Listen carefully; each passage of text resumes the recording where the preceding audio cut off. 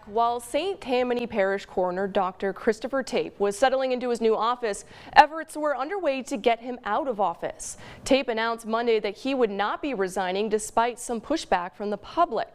Jordan Lippincott reports. Jean Cephalou sits on her porch in Slidell as she reviews what's necessary for a successful recall following a trip to Baton Rouge. Cephalou says the new St. Tammany Parish coroner, Dr. Christopher Tape, has to be removed from office because of child sexual abuse allegations against him that were eventually dismissed in the early 2000s. This kind of thing is not going to happen. We're not going to go down without a fight. Cephalou says she and her fellow petitioners will be coordinating their efforts with the St. Tammany Parish Council. It will take more than 37,000 signatures, 20% of the parish's registered voters, to recall Tape. They're going to be responsible for signing out the books. We have all the books. We're going to ask the registrar to come and speak to us about how to sign it, what you can sign, what you can't sign, because the last thing we want is anything to get thrown out. Tape said Monday during his first public appearance, a recall wasn't a concern of his. If I do what I think I can do and cut the budget by millions of dollars, then I think that will speak louder than any effort. But it's a constitutional right, which, I believe in. Cephalou is confident her group will be able to obtain the thousands of signatures and hopes to accomplish it before the summer. They're all like chomping at the bit to help. And so we're waiting to get organized group efforts in those certain places, and then we're going to hit a coordinated attack. Following the news of State Farm pulling out of the California insurance market, the Louisiana Insurance Commissioner is calling for reform. After the state saw some strong hurricanes during 2020 and 2021, several insurers left Louisiana or went out of business. Now some homeowners say that policy prices are outrageous and it's stopping them from being able to buy or keep property.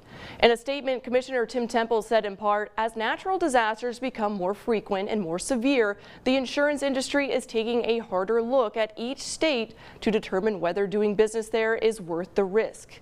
He goes on to say, I hope you will join me in asking the leaders at the state capitol to pass the meaningful insurance reform they are considering this session, end quote.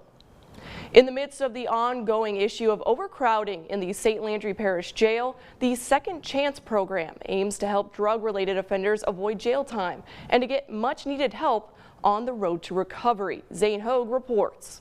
We have 277 in our jail today.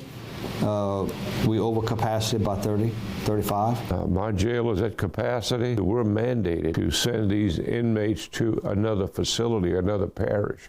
In the midst of the ongoing issue of overcrowding in the St. Landry Parish Jail, the Second Chance program aims to help drug-related offenders avoid jail time and get much-needed help on the road to recovery.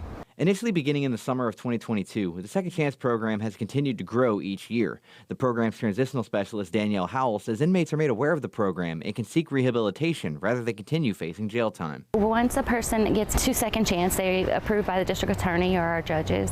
They enter an individualized treatment plan. We send them to places like Wood Lake Addiction Center, where they do almost a year of substance abuse treatment. If we can catch them before they reoffend and get them into a program, it's a win-win for everybody. With space constantly reaching capacity in the jail, Howell says the program has seen success in not only clearing space, but also avoiding repeat offenders. Had about 180 total participants. We've had 29 participants complete the program so far, and their charges were actually dismissed by the district attorney's office. One of these participants is Danielle Leger. They gave me a second chance at life. I have a relationship with my family I never would have thought I had. I'm able to be a mother. I'm able to handle situations. It's completely changed my life for the better. As the program continues to evolve, those involved look forward to helping the issue of overcrowding while also making a difference in the lives of those who need help. I think this program needs to continue as long as it can because it doesn't just change lives, it saves lives. Alleviating some of the overcrowding in the jail is